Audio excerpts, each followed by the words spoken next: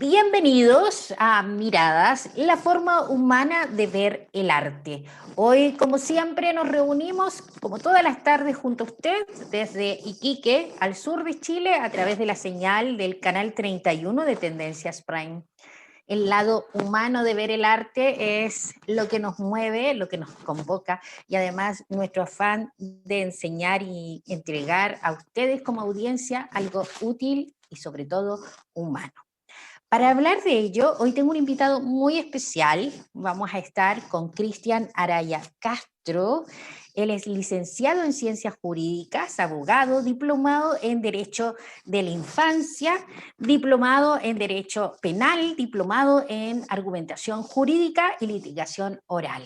Bienvenido, Cristian, ¿cómo estás? Muchas gracias, Nevenka. Gracias por la invitación, un placer estar aquí y muchas gracias también a la audiencia que nos acompaña en este momento.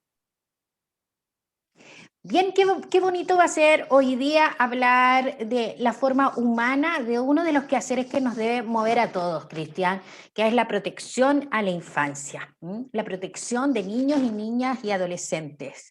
Vamos a hablar de eso con usted esta tarde y quiero comenzar hablando sobre eso, sobre la importancia o qué significa la protección de la infancia. Bueno, la protección de la infancia es un tema bastante delicado y preocupante. La protección de los derechos de los niños, niñas y adolescentes requiere mayor atención tanto a nivel familiar como a nivel estatal. Al fin y al cabo, es el Estado quien debe resguardar dichos derechos cuando la familia no puede hacerlo, los cuidadores o los encargados de la protección de los niños no puede hacerlo, el Estado es quien debe tomar ese rol y cuidar que los derechos de los niños, niñas, adolescentes sean respetados, ya sea cuando están amenazados o una vez que ya han sido vulnerados, la reparación de los mismos corre de parte del Estado. Esa es la importancia que tiene porque los niños, niñas, adolescentes requieren un tratamiento especial, tanto por su madurez, que es mucho menor, por supuesto, que la de un adulto, como por los derechos que le otorgan las convenciones internacionales. Es por eso que este tema realmente es fascinante para, creo, todos los involucrados en lo que es la protección de la infancia.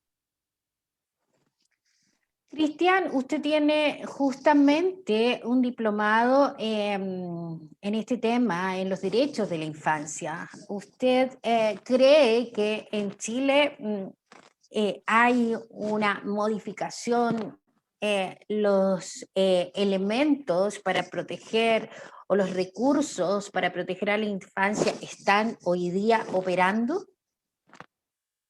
Mire, en este momento nosotros estamos eh, como protección de los derechos de la infancia haciendo aplicación de instrumentos internacionales principalmente, lo que es la Convención de los Derechos del Niño. Si bien tenemos una legislación interna, que son diversas leyes que se aplican sobre todo por los tribunales de familia, la ley 19968 que crea los tribunales de familia, tiene procedimientos especiales para la protección de los derechos de los niños, niñas y adolescentes, medidas proteccionales que se llaman. La Convención de los Derechos de los Niños, del Niño, perdón, obliga al Estado a hacer aplicación de los principios que ella impone. Es por esa razón que los tribunales no solamente tienen que basarse en el derecho nacional, sino que hacer aplicación de estos tratados internacionales que Chile ha suscrito. La protección de la Convención de los Derechos del Niño está suscrita por Chile y ratificada en el año 1990. En ese sentido, específicamente con respecto a la protección, sí, en este momento hay instrumentos que deben ser aplicados, pero hay que ser claro en esto y no se puede desconocer, no siempre son aplicados de la forma y en la urgencia que se requiere. Es decir, si bien contamos con ciertos elementos para la protección de los derechos de los niños, niñas y adolescentes, estos no siempre son aplicados de la forma como debe ser y en la medida y en el tiempo justo y necesario. Por ese motivo, creo que en este momento hay un cambio, ha habido un cambio del paradigma de lo que es la protección de los niños, niñas y adolescentes y se está bueno, digamos, en un par de meses va a salir la nueva ley que crea el Servicio Nacional de Protección Especializada de la Niñez y Adolescencia, que reemplaza al Sename y que tiene énfasis principalmente en la protección de los derechos gravemente vulnerados de los niños, niñas y adolescentes. Eso está en este momento, va a estar en el Tribunal Constitucional y luego de esto la aplicación será dentro de un año aproximadamente. Pero en este momento lo que tenemos son los tribunales de familia que deben ver esos casos de vulneraciones a los niños, niñas y adolescentes en sus derechos y ver la mejor forma de reparar. Y Cristian, a propósito de eso, de que menciona el Sename, de que menciona este procedimiento que va modificando el proceder anterior, que era justamente esto de cómo operaba el Sename, usted, y a propósito del nombre de nuestro programa y del espíritu que mueve nuestro programa, Cristian, ¿usted cree que esta modificación, estas correcciones que se están haciendo, tienen un componente más humanitario en el cuidado y la protección de los niños, niñas y adolescentes?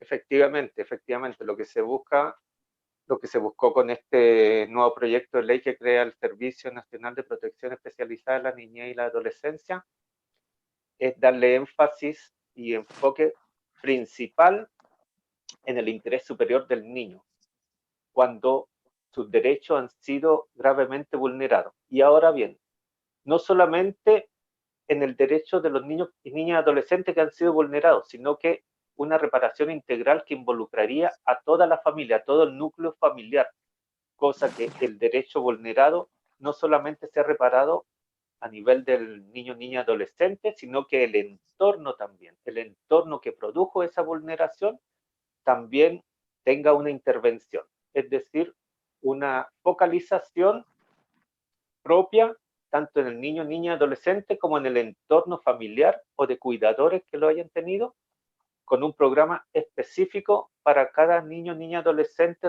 de acuerdo al derecho que ha sido gravemente vulnerado o amenazado.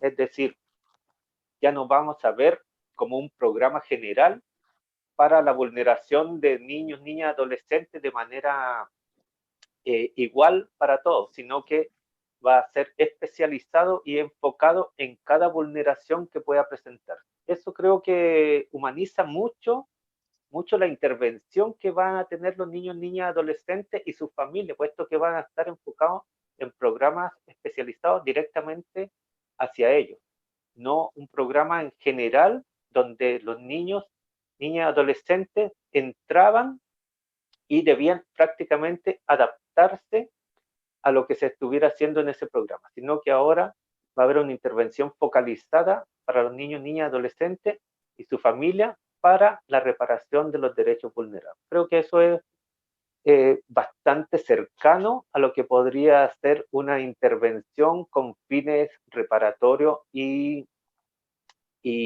lograr que esos derechos sean recuperados tanto para los niños, niñas, adolescentes como para sus familias, cosa que muchas veces en la actualidad no se da. O sea, se interviene y se trata de reparar el derecho del niño, niña, adolescente, pero la base o la raíz de donde se produjo esta vulneración generalmente, lamentablemente, no se toca.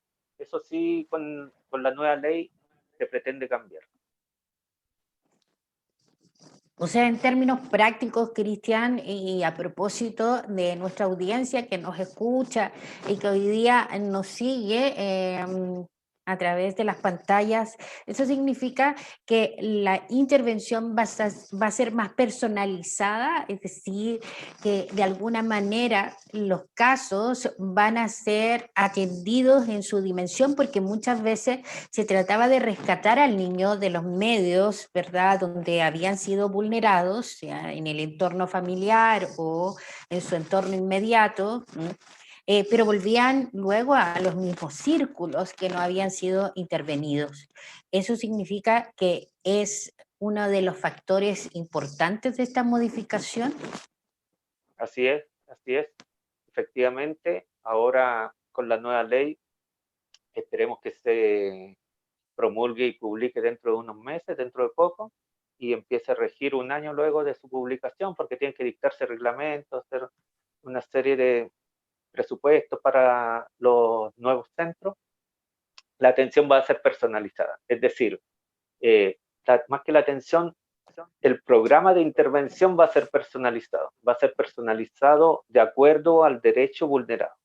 Es decir, el derecho vulnerado del niño, niña, adolescente va a tener un programa que se va a enfocar directamente en esa reparación junto con su entorno. La intervención al niño, niña, adolescente y la intervención al entorno familiar.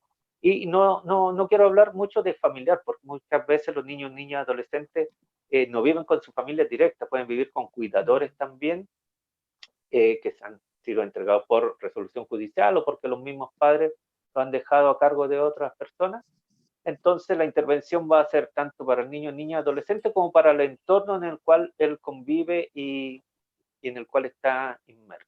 Eso es una intervención especializada y no solamente, como usted bien lo ha dicho, no solamente rescatar al niño de ese entorno y trasladarlo a un centro, a una residencia, donde supuestamente puede estar protegido, pero no hay una intervención en el foco que produjo la vulneración de los derechos.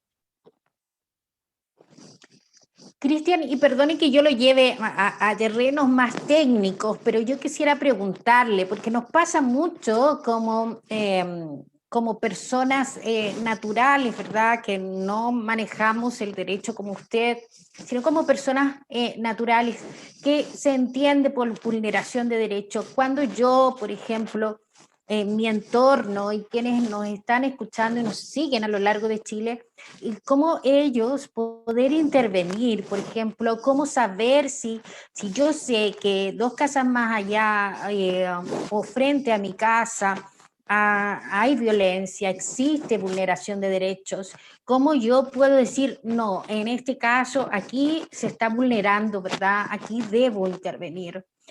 Porque eso en lo humano debiera movernos, ¿o no? ¿Cómo nos puede usted orientar para saber lo que es una vulneración de derechos y cuándo intervenir nosotros como vecinos, como seres humanos dentro de este marco?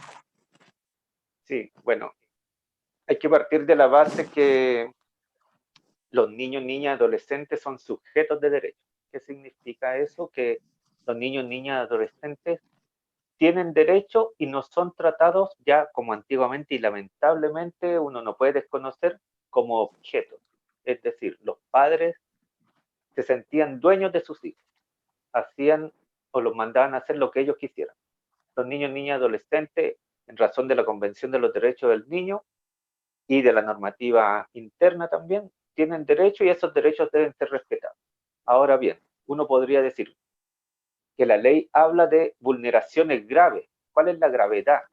A mi entender, y dentro de los principios de la infancia, la gravedad va a depender específicamente de cada caso en particular. No podemos hacer un catálogo de decir cuando se vulnera este derecho grave, se vulnera de esta otra forma es grave, no. Sino que cada caso particular va a depender la gravedad, tanto por la madurez de los niños, niñas, adolescentes, por su edad y por un sinfín de factores que cada uno puede sentirlo de distintas formas. Es decir, un niño de 10 años puede sentir una situación más grave que otro niño de la misma edad, según el entorno en que viva. Entonces, la gravedad va a estar dada prácticamente por el sentimiento y la afectación que sufra ese niño, niña, adolescente por el derecho que se le está haciendo vulnerable. Ahora, ¿cómo podemos llegar a saber si es que debe el Estado brindar protección por ese derecho que está siendo vulnerado? Bueno, la pregunta que usted hace es bastante interesante porque el Estado es quien debe tener el cuidado y la protección de estos derechos, pero ¿cómo llega el Estado a saber que los derechos están siendo vulnerados? Bueno, la sociedad en su conjunto debe actuar en este caso. La ley de tribunales de familia es clara, perdón. Nos señala que cualquier persona que tenga interés en la protección de estos derechos puede denunciarlo. Y principalmente personas relacionadas con la autoridad pública, es decir, profesores, directores de los establecimientos educacionales, personal de la salud, personal del Sename cuando corresponde, cuando los niños están en residencia o en alguna institución vinculada con el Sename, y cualquier persona que tenga interés. Incluso el niño, niña, adolescente por sí mismo puede denunciar que está siendo afectado en sus derechos. Esta denuncia, y para ir un poco más al procedimiento, para que se tenga en cuenta cómo seguirían estos pasos, esta denuncia debe ser tomada, se puede denunciar en Carabineros, se puede denunciar directamente al Tribunal de Familia, no necesita un abogado que lo represente, algo de formalizado, puede ser verbal, puede ser escrita, y esta denuncia debe llegar al Tribunal de Familia. El Tribunal de Familia, el juez de familia, junto con el consejero técnico, que es una persona especializada en ciertas materias y que oriente, guía al juez de familia, tomará razón de estas denuncias y hará la evaluación si es que estos derechos requieren reparación, intervención y protección urgente. O sea, hay derechos que al ser vulnerados requieren una intervención urgente del tribunal, por lo cual puede dictar medidas cautelares que se denominan, es decir, medidas proteccionales provisorias para resguardar estos derechos que están siendo vulnerados o amenazados. Esa parte importante, porque no solamente vamos a actuar como país o como sociedad cuando el derecho está siendo o ha sido vulnerado, sino que también cuando está siendo amenazado para una posible vulneración. Es decir, debemos actuar de manera preventiva también y no solamente reactiva o correctiva para cuando el derecho ya ha sido vulnerado. El Tribunal de Familia tomará en cuenta los antecedentes, una parte importante también que la Convención de los Derechos del Niño y la legislación interna lo contempla, es que el Tribunal de Familia puede oír al niño, niña, adolescente, es decir, puede citar a una audiencia especial a este niño, niña, adolescente en razón de su edad y de su madurez y escuchar lo que tiene que decir. Eso es bastante importante porque ahí está la esencia de la protección, escuchar al niño, niño, adolescente lo que tiene que decir y cómo se siente, y en base a eso tomar la determinación si efectivamente este derecho que está siendo reclamado está siendo vulnerado de forma grave o no. Por lo que le decía antes, no todos vamos a ver la vulneración de la misma forma o no la vamos a sentir de la misma forma. Entonces, retomando, la sociedad en su conjunto tiene la obligación prácticamente de denunciar cuando tenga conocimiento de que algún niño, niña o adolescente está siendo vulnerado sus derechos. La gravedad no la tiene que dar uno, sino que la tiene que dar el tribunal cuando tenga todos los antecedentes que dicen relación con esta denuncia. Entonces, ¿qué nos queda a nosotros? No tenemos que hacernos cargo de decir si es que es grave o no. Ese discernimiento no nos compete a nosotros, sino que simplemente denunciar.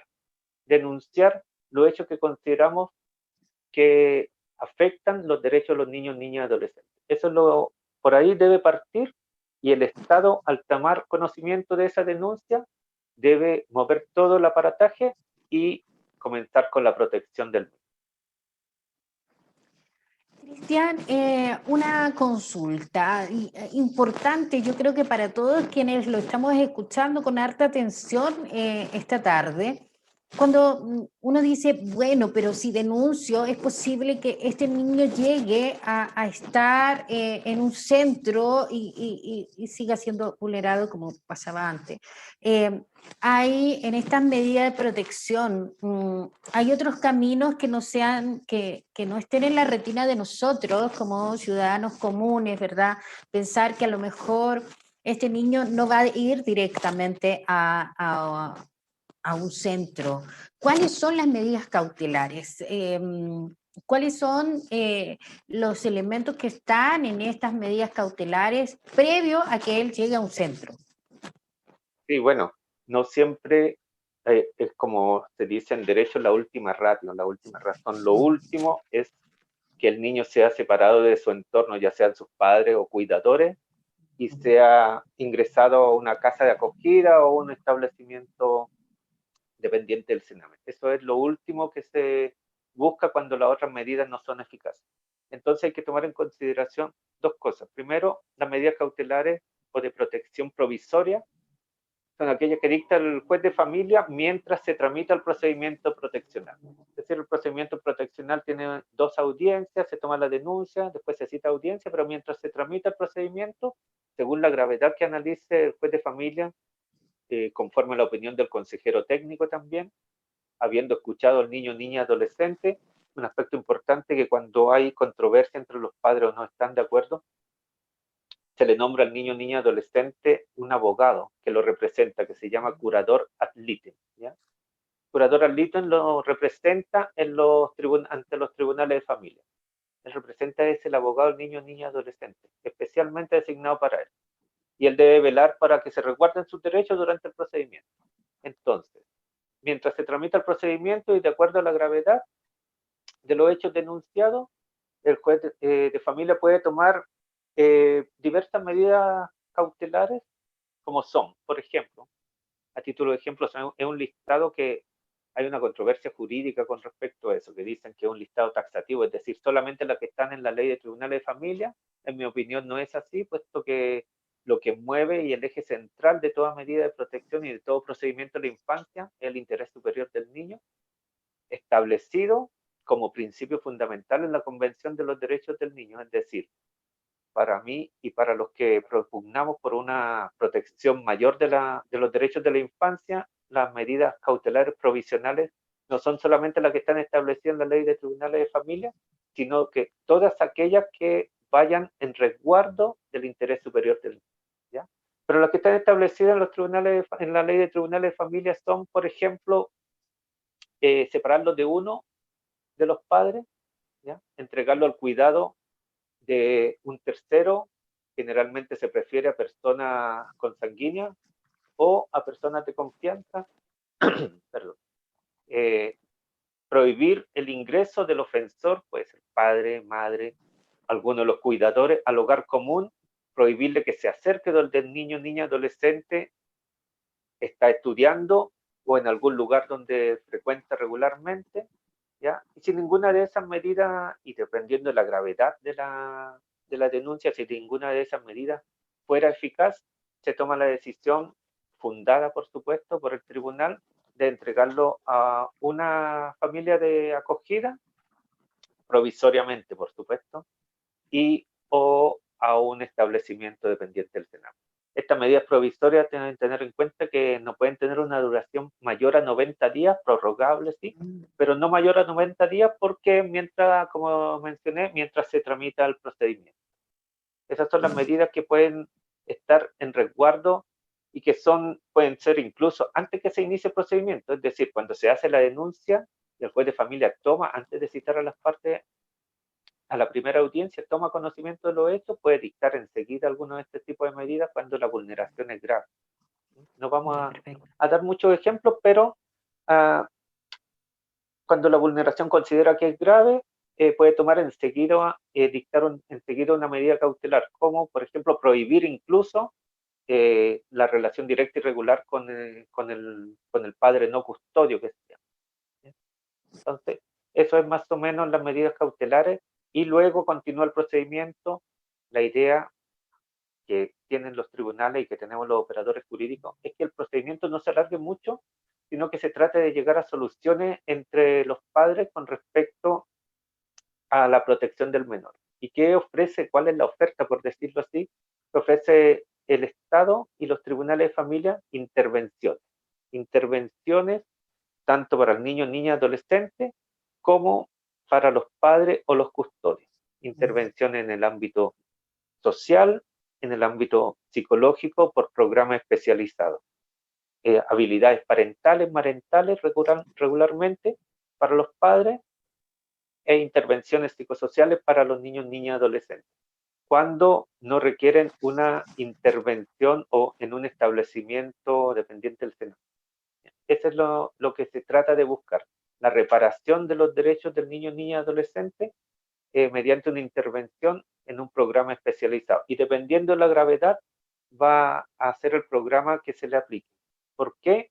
Porque tampoco se quiere que se le aplique al niño, niña, adolescente o se le realice un programa que vaya más allá de la vulneración.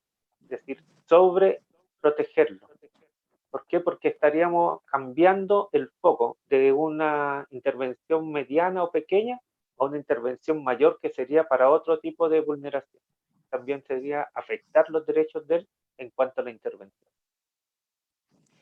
Y con respecto a las intervenciones, me queda preguntarles, porque yo, Cristian, desde mi posición, ¿verdad? Yo intento visualizar las preguntas que se deben estar haciendo en la casa. ¿Qué pasa, por ejemplo, con esas intervenciones o las medidas o la intervención hacia los padres? O sea, ellos tienen sesiones, me imagino, con psicólogos, con gente que orienta, que hace orientación familiar. Y lo otro que me surge es con respecto a lo que usted ha mencionado varias veces ya, Cristian, que es con respecto a escuchar al niño. Me parece humanamente muy significativo, pero más que significativo, me cabe la duda de preguntarle cuántas veces es escuchado ese niño, cuántas veces tiene que repetir el mismo relato, porque en alguna oportunidad uno como ser humano normal se dio cuenta que a veces el entrevistar o el estar escuchando reiteradamente al niño y que él repita y repita, hace que el niño de alguna manera sufra doblemente esa vulneración. ¿Cómo se salvaguarda que escuchar al niño no sea tan recurrente ni dañino para él cuando ha sido gravemente vulnerado? Sí, estamos dentro del ámbito de los procedimientos de familia. En materia penal, existe desde hace un año aproximadamente lo que se llama la entrevista videograbada para cuando los niños o digamos, los menores de edad han sido víctimas de delitos sexuales principalmente. Entonces se busca evitar la doble victimización, donde se hace una entrevista y esa entrevista videograbada va a ser la única vez que el niño, por decirlo de cierta forma, declare, cuente lo sucedido. Acá estamos dentro del ámbito de familia y no hay una regulación como en materia penal. Sin perjuicio de ello, sí se tiene bastante cuidado y la práctica así lo ha demostrado, que se hace la primera entrevista con el niño, niña, adolescente, donde está ni siquiera el juez presente, solamente el consejero técnico, que es una persona especializada, generalmente psicólogo, que habla con el niño, niña, adolescente. Y a través de un audífono puede ir escuchando las preguntas que haga el juez.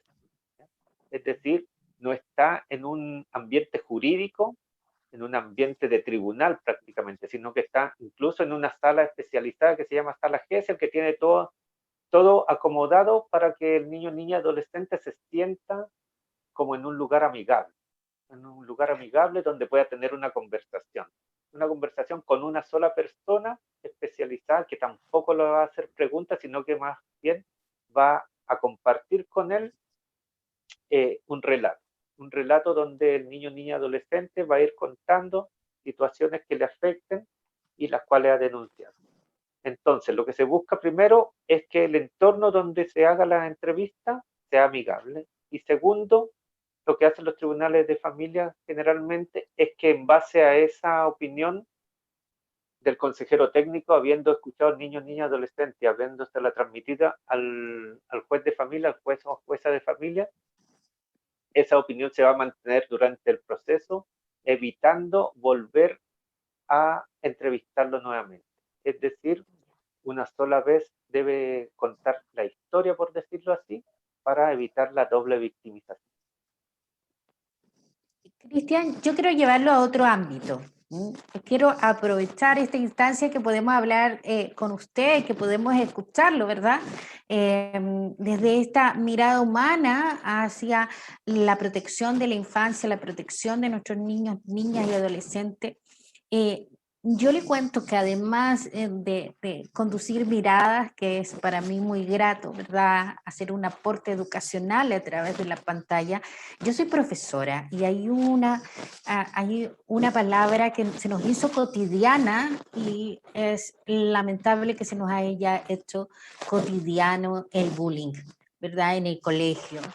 El daño y la vulneración que sufren los niños en entornos de pares, en entornos escolares, que muchas veces tienen un final muy trágico, muy triste.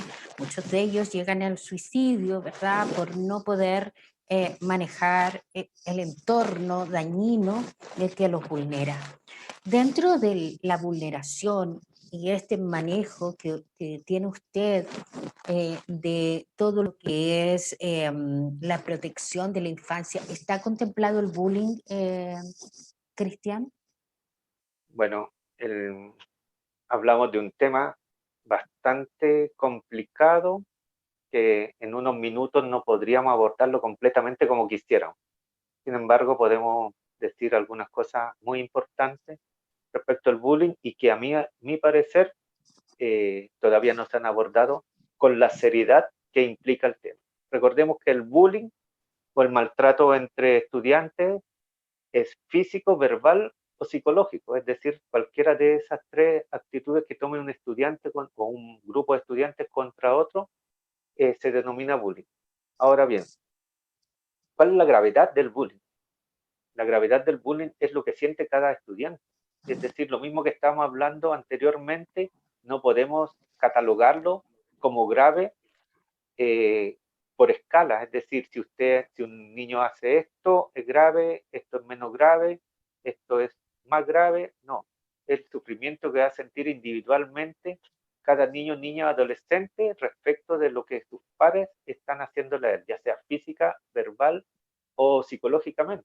¿Ya? Hablamos de físico, empujones, golpes, verbal, malos tratos, malas palabras, psicológicamente, hostigamiento, ¿ya? Separarlo del grupo, no admitirlo, irse cuando él llega, dejarlo solo estudiando, dejarlo solo comiendo. Todo eso forma parte de acoso escolar o bullying. Ahora bien, a mí personalmente me causa un poco de contradicción cómo se aborda el bullying. ¿Cómo se aborda el bullying? Recordemos, usted como profesora debe saberlo, el bullying o acoso escolar debe estar tratado en los manuales de convivencia que tienen los establecimientos educacionales. Es decir, cuando hay un acoso escolar, cuando existe una situación de acoso escolar, se debe denunciar, tiene que tomar conocimiento la dirección del establecimiento y hacer las intervenciones que correspondan de acuerdo al manual de convivencia. Ese manual de convivencia debe estar vistado por la Superintendencia de Educación, y la Superintendencia de Educación es la que está encargada, el organismo, la institución encargada, de velar que se cumpla lo que ese manual contempla. Es decir, estamos hablando solamente de sede administrativa, es decir, la Superintendencia de Educación, los establecimientos educacionales, todo es sede administrativo y no se contempla nada más. ¿Qué pasa si es que no se cumple lo que establece el manual de convivencia? La superintendencia, al tomar conocimiento de eso, multará al colegio. Pero ¿qué pasa con el niño o niña adolescente que ha sufrido bullying? Esa es la pregunta que uno tiene que hacer. Lamentablemente, la experiencia así lo ha demostrado, ahora está cambiando, pero cuando los padres o madres denunciaban bullying o acoso escolar ante los tribunales de familia, lo remitían a que primero hicieran la denuncia ante el colegio, que se hiciera aplicación del manual de convivencia y que la Superintendencia de Educación tomara conocimiento de que no había una respuesta de parte del colegio. Es decir, se seguía un procedimiento administrativo y el niño, niña, adolescente, mientras tanto, seguía con el sufrimiento que le estaba causando el bullying. A mi entender, y dentro de una concepción amplia de lo que es la protección de los derechos por los instrumentos internacionales, la Convención de los Derechos del Niño y la normativa interna, la protección de los derechos debe ser siempre integral, y el encargado de la protección de estos derechos es el Estado a través de los órganos que son los tribunales de familia, es decir, si un padre o madre considera que ciertos actos de otros niños, niñas o adolescentes contra su hijo o hija están afectando en su integridad psíquica o física, debe denunciarlo ante los tribunales de familia. Y los tribunales de familia deben actuar, deben tomar la denuncia y actuar, y esa actuación debe ser en pos de la protección. Y acá hay que hacer un paréntesis, que es bastante importante. No solamente en pos de la protección del niño, niña, adolescente que está siendo vulnerado, sino también la protección de los niños, niñas, adolescentes que están vulnerando. ¿Por qué? Porque hay que ver por qué esos niños, niñas, adolescentes se comportan de esa forma. ¿Cuál es su entorno? Claro que sí. Es decir, en ningún caso solamente se le ocurre hacer eso porque, digámoslo, son malos, sino que porque algo está pasando con ellos también.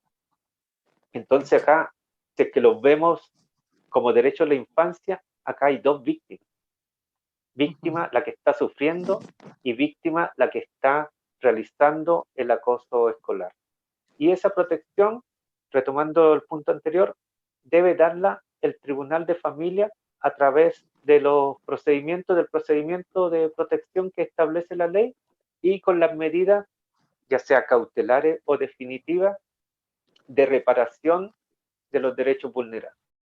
Es decir, no podemos quedarnos solamente en que el colegio vaya a actuar, porque muchas veces esto es lento. Es decir, ¿qué establece el manual de convivencia? Citar a los padres. Y si los padres no van, que va a haber una sanción. Una sanción que no implica en ningún caso una protección para el menor que está, para el niño, niña, adolescente que está siendo vulnerado. Eso, el manual de convivencia no va a poder aplicar sanciones que vayan en beneficio del niño, niña, adolescente. Entonces yo creo, y esto es una opinión personal, que los tribunales de familia siempre deben actuar y deben acoger las denuncias por acoso escolar o bullying, siempre. No solamente remitirlo a que se haga primero el procedimiento dentro del colegio y luego, si es que no funciona, por decirlo así, se recurra a los tribunales de familia.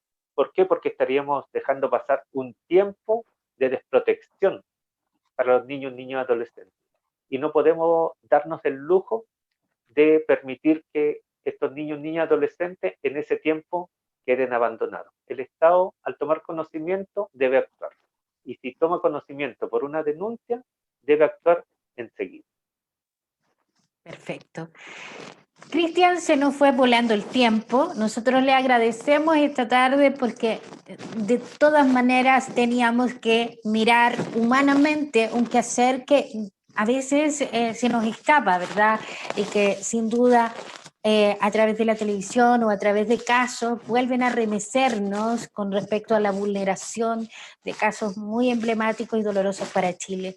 Le agradecemos esta tarde que haya acompañado este programa con una mirada humana le haya dado una mirada a usted humana al derecho y a la protección de la infancia, a nuestros niños y niñas y adolescentes, para conocimiento de todos quienes nos ven, ¿verdad? Y comparten esta tarde con nosotros. Así que muchas gracias, Cristian. Si usted tuviera que dejar una frasecilla, una frase a propósito de lo potente que es la palabra, de lo importante que es esa información para quienes nos escuchan y nos ven a lo largo de Chile, desde Iquique al sur de Chile, ¿qué sería lo que quisiera dejarle a nuestra audiencia, Cristian, en esta materia? Bueno, Nevenka, junto con agradecer la invitación, yo solamente quiero cerrar diciendo que si bien el Estado es quien debe la protección y el cuidado de los niños, niñas, adolescentes, es responsabilidad de nosotros como sociedad, de todos nosotros, al tomar conocimiento de un hecho que esté vulnerando los derechos de los niños, niñas, adolescentes, ponerlo en conocimiento de las autoridades. Y en ese momento es cuando el Estado debe actuar, puesto que no siempre va a tomar conocimiento por sí mismo, sino que nosotros como sociedad somos los primeros en entregar el conocimiento al Estado de que los derechos están siendo vulnerados. Es decir, nosotros debemos actuar y no esperar que el Estado solamente actúe cuando tome conocimiento por otra vía. Muchas gracias, Cristian, nuevamente por esas palabras y que se nos quedan a nosotros también, que nos hacen partícipe en lo humano de la protección de nuestros niños y niñas y adolescentes. Los dejo a todos invitados a un nuevo programa, Miradas, la forma humana de ver, aquí en el canal 31 de Tendencias. Les mandamos un saludo muy especial a cada uno de ustedes que se conecta a las 7:15 de la tarde por la señal 31 de GT de Manquehue y por Telefónica del Sur. Le agradezco a nuestros invitados y a ustedes esta tarde para que, y los invito nuevamente para que se conecten con el lado humano de ver. Nos encontramos en otro programa.